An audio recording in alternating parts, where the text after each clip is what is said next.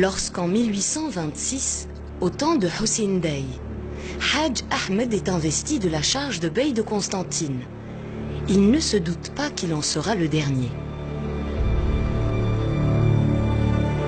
Il s'en doute d'ailleurs si peu qu'il entreprend la construction d'un palais somptueux, fait de marbre d'Italie, de cèdre des Aurès et de Kabylie, de pierres de taille prélevées sur les ruines de l'antique Cirta, et de tout ce qu'il y avait de plus beau et de plus précieux en son temps.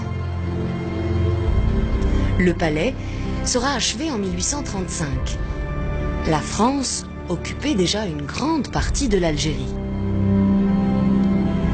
Hadj Ahmed Bey, que l'on disait rusé, fier, combatif, courageux, mais sévère jusqu'à la cruauté, refuse jusqu'à la dernière extrémité la domination française.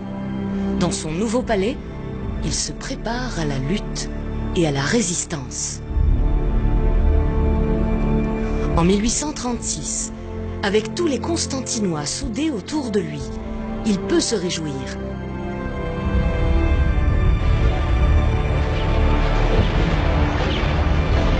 Les troupes françaises menées par le maréchal Clausel sont repoussées et leur élan brisé devant la porte d'El-Kantara.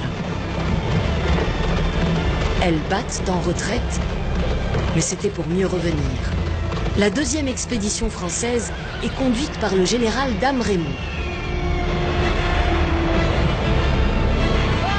Le 5 octobre, l'armée arrive devant la ville. La résistance est acharnée, mais les forces en présence disproportionnées. L'artillerie du général Vallée, le corps de génie, entre en action. Le 12 octobre, les canons ouvrent une brèche dans les murailles.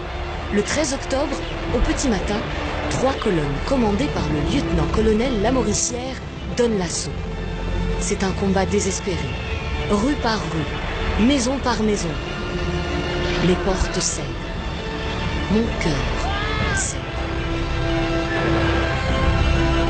Le bey Hadj Ahmed réussit à s'échapper avec ses cavaliers. Il veut rejoindre les Aurès en passant par Beskra. Il espère encore rallier les tribus, reconstituer ses forces, combattre.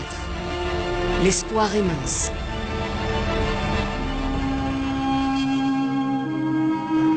Isolé, affaibli, le bey Hadj Ahmed finit par se rendre en juin 1848 et meurt à Alger en résidence surveillée 2 ans plus tard.